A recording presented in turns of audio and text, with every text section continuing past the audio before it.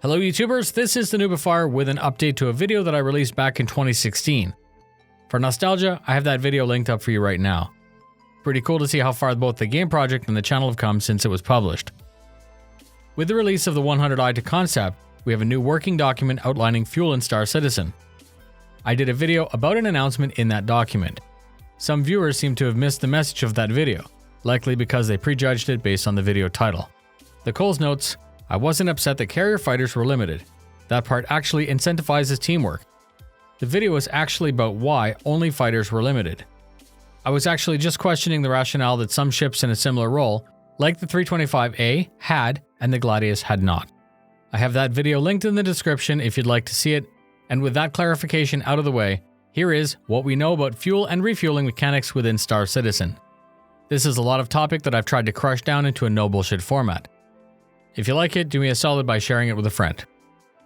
Fuel delivery could be seen as a subset of cargo mechanics. However, collection and refining aspects are more similar to mining.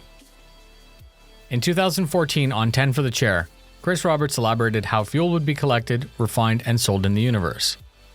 Even then, it was his intention to include different qualities and types of fuel. This would provide unique properties and thus require different skill to refine.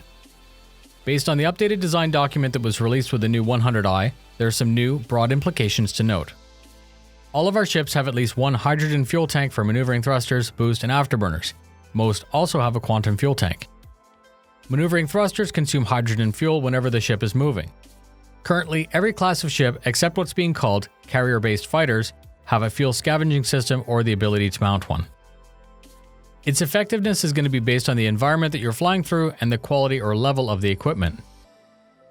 It's clear that the intent of this is to balance these carrier fighters by restricting their operation into a collective effort, which I'm actually a big fan of. I feel that it should be a universal limitation for a particular size of ship. By that I mean, if you're going to limit it to small fighters, you should limit it to all small ships, adding to the importance of support ships such as the Vulcan. Hydrogen will be used for any course correction, and boost or afterburner obviously will consume it at a much higher rate. Depending on the ship you're in, it may seem as if the maneuvering thrusters don't consume fuel, but that's just because the system's able to recover on the fly. Scooping systems are common, but they can't be fitted to all ships in the future. Combat short-range ships are the small fighters that are intended to be carrier-based. They can't mount a scooping system, so they're going to operate much like a modern electric car does. High performance until the cell is dead. Using that same example, all other classes of ship would be able to operate like an electric car with a solar panel on the roof. The scooping technology is therefore there to extend the range, but if you're flying through an area with nothing to scoop, you're still going to need support. There's a second system for quantum travel with its own tank. This system has no auto-replenishment. Let's talk about the ships. Many ships are going to be able to support fuel. Most capital ships that have a fighter bay will be able to do this.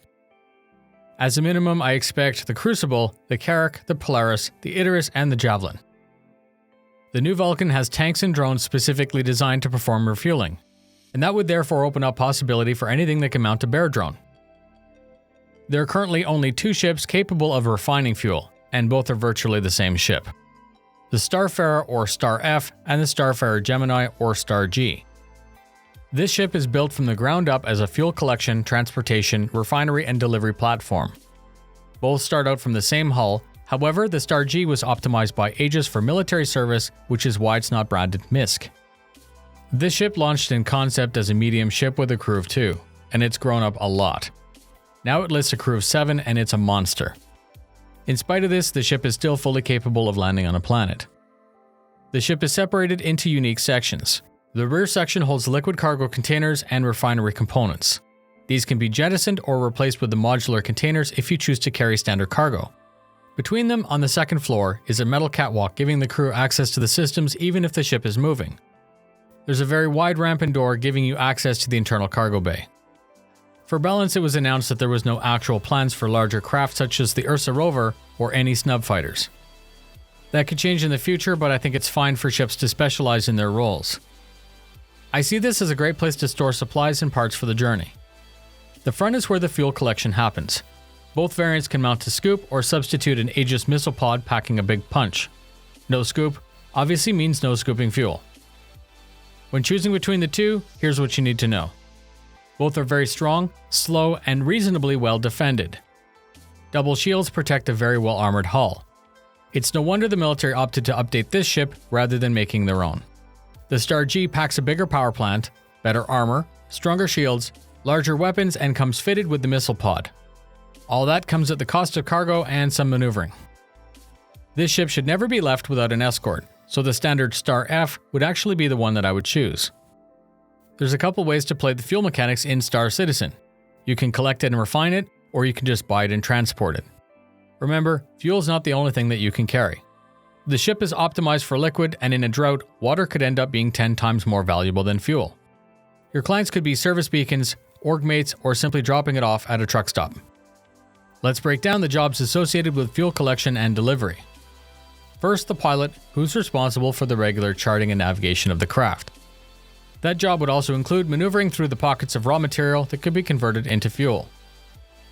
Next, we have the scanner operator, who's responsible for finding the fuel. If the craft was set just to haul fuel, you wouldn't need this person, and the refinery would also be dormant. There was a mention of a scoop operator in a couple of obscure forum posts. Because the stuff you're collecting is just sitting there, I actually see this legacy position not making it into the game. The refinery operator is next. It's up to this crew member to manage the process to convert the raw material. When refining fuel, choosing the right parameters for what's being collected will result in a better quality of fuel. If the settings are perfect, the operator would potentially collect a small volume of very high-test fuel and a larger quantity of standard fuel. Last is the boom operator. We know very little about this job. It's pretty safe to assume that it's going to be pretty easy. It's my belief that the ships are going to have to be stationary to perform this operation. As usual in this series, I'm going to end on a pair of scenarios. Scenario 1. You set off with org members and 5 AI for a day of collecting fuel. You find some fuel to scoop and spend a couple hours refining it. On your way back to offload, you see a service beacon pop up and there's a stranded ship that's slightly out of your way. You decide to help out. The distressed freelancer is out of fuel, and under the circumstances, the stranded pilot agrees to an inflated price. You quickly top him up, get paid, and get back on your way.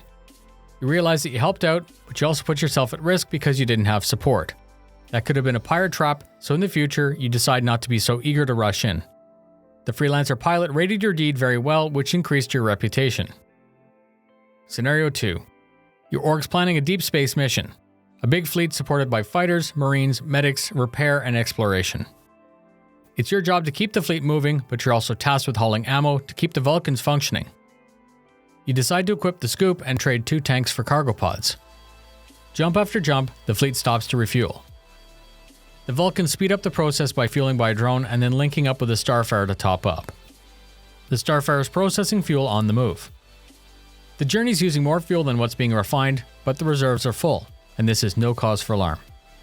If the scanner detects a high concentration, the fleet could detour for a scoop run. I'm sure that you can see where this is going. Your presence gives your fleet the peace of mind to jump into the unknown. It also saves your org a ton of credit. And there you go. I hope you enjoyed this rundown of the fuel mechanics proposed for Star Citizen. These videos do take some time to research, and if you got something out of it, please do me a solid and share it with a friend or org mate. Subscribe to stay up to date, fly safe, and I'll see you in the verse.